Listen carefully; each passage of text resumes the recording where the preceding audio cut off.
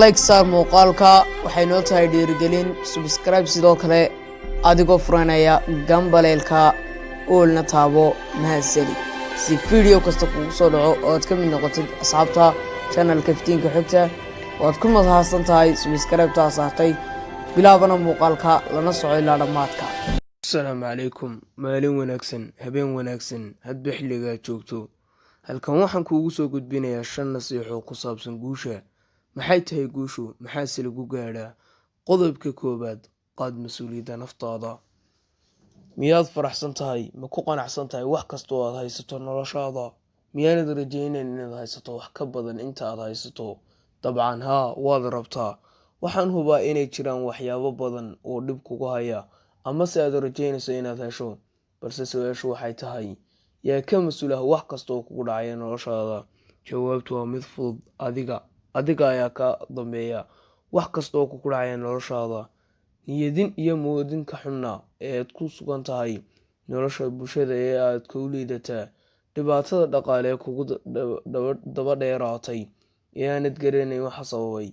dhammaan waxyaabahani waxay ka dhasheen waxaad adigu aaminsan tahay, go'aanadan qaadatid iyo hadafyadan dejisatid. ilaahay baa subxaanahu watacaala i qoray waxay ugu dhacaya. waa qodobka labaad. marka badan ee qofku sheego inuu ka mas'uul yahay dhammaan waxa ku dhacaya noloshiisa, wuxuu ku jawaabaa maya, ilaahay baa i qoray waxaan ku suganahay. anaa badanaa waxaan uga jawaabaa dadka, markaad gaajooto maxaad badanaa qabataa? miyaanad intaad furato talaagada aanad kala soo bixin waxaad cunto? maxaad u odhan weyday ilaahay baa ka mas'uulahay inuu cuntada ii keeno? maxaad ugu cuntaa malqacda oo u odhan weyday ilaahay baa cuntada ka dhigaya mid soo boodo oo afka igu dhacda? sababta ay arrintan u sameynayso waxay tahay, waxaad og tahay allah subxaanahu watacaala inuu abuuray dhammaan cuntada iyo agabkeeda ku cuni lahayd oo dhan. inaad isticmaasho agabkan iyo in kalena waa wax adiga ku quseeya. dhibaatadan ku haysatana kama badna natiijada ka dhalatay qaabka liidatay aad u isticmaalayso qalabkan kuu diyaarka ah ee uu ilaahay kugu deeqay. mararka qaar qodobkeena labaad weyn, mararka qaar kaantarooli kartid dhammaan waxa kugu dhacaya noloshaada. dadka qaar ayaa iyaguna yidhaa mararka qaar ma kaantarooli karo waxyaalaha xun ee igu dhacaya noloshayda. inkastoo ay arrintani run tahay, haddana xaqaa'iq ma wada aha. waxaa laga yaabaa inaanad wax ka qaban karin haddii shaqo lagaa eriyo, laakiinse waxaad horumarin kartaa xirfadahaaga, waxaanad raadsan kartaa shaqo kale. waxaa laga yaabaa inaanad waxba ka qaban karin haddaad wax ku guuldaraysato, laakiin waxaad isku dayi kartaa mar labaad iyo mar saddexaad ilaa aad ku guulaysanayso. waxaa laga yaabaa inaanad ka hortegi karin dhimashada qof aad jeceshahay, balse ilaahay baad ku dhowaan kartaa ood baryi kartaa adoo weydiisanaya samir, aqbalayana wixii dhacay. waxaa laga yaabaa inaanad doorin waxa kugu dhacaya nolosha, balse 100% waxaad ka mas'uul tahay inaad doorato habka aad ula tacaalayso waxa kugu dhacaya.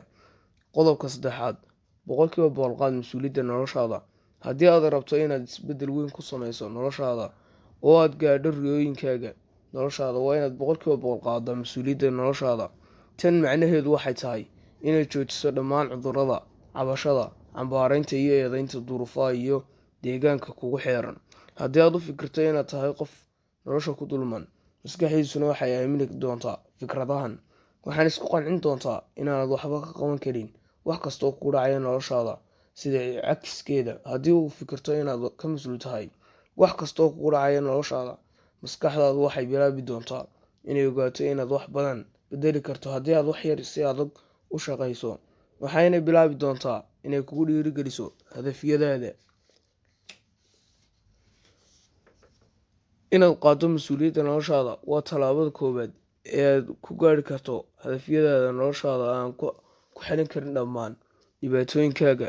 haddii aanad rabin inaad qaado mas'uuliyadda noloshaada, isla markaana aanad doonayn inaad qirato inaad mas'uul ka tahay wax kale oo kugu dhacaya noloshaada, waxaad ogaataa inay waxba iska kaa bedeli doonin noloshaada, aanad sii ahaan doonta sidaad imika ku jirto. si aad u noqoto qof guulaysta, waa inaad qirato